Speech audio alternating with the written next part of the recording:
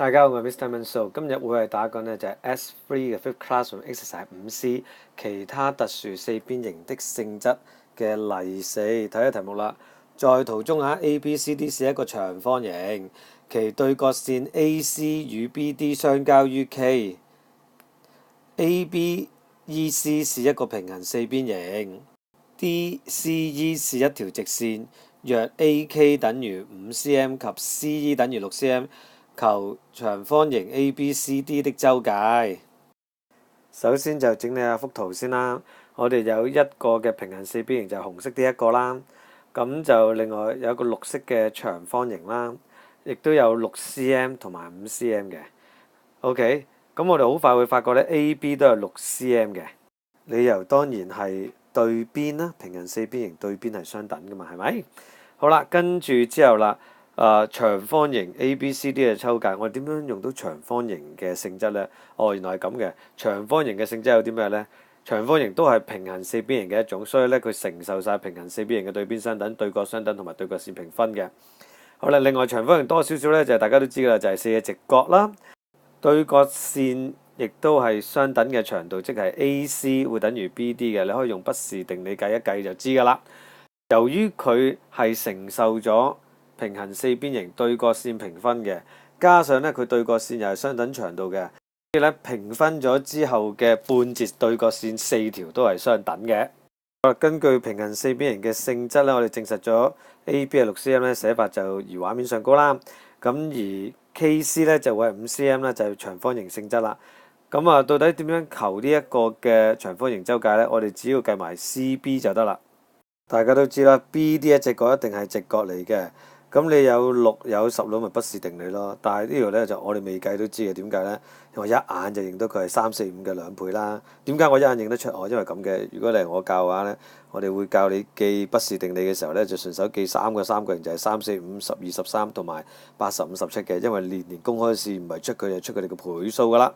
OK， 所以你未計之前大概啲截線係幾長啦？冇錯啦，就係8嚟嘅。點寫咧？首先要交代啦，嗰隻角。B 咧就係90度啦，就係長方形性質啦。然之後就透過不是定理計埋嗰個 BC 咧就會係8cm嚟，我哋未計都知啦，2倍嘛4咪8咯，係咪？最後啦，知道咗 BC 係8嘅話咧，咁嗰個周界你可以8加8、6加6咁樣加完之後咧就係28啦。又或者唔係我中意用公式嘅就2乘以6加8，一樣都係計到28cm啊，咪好簡單咧。好啦，到你做即時練習4啦，請你 pause 咗面，然之後翻嚟一齊對答案啦。好，多謝大家嘅參與啦！睇睇題目，在圖中ABFE 是一個菱形 ，BCDE 是一個長方形，其對角線 BD 與 CE 相交於 F。若 AE 等於13cm 及 BE 等於10cm，求長方形 BCDE 的周界。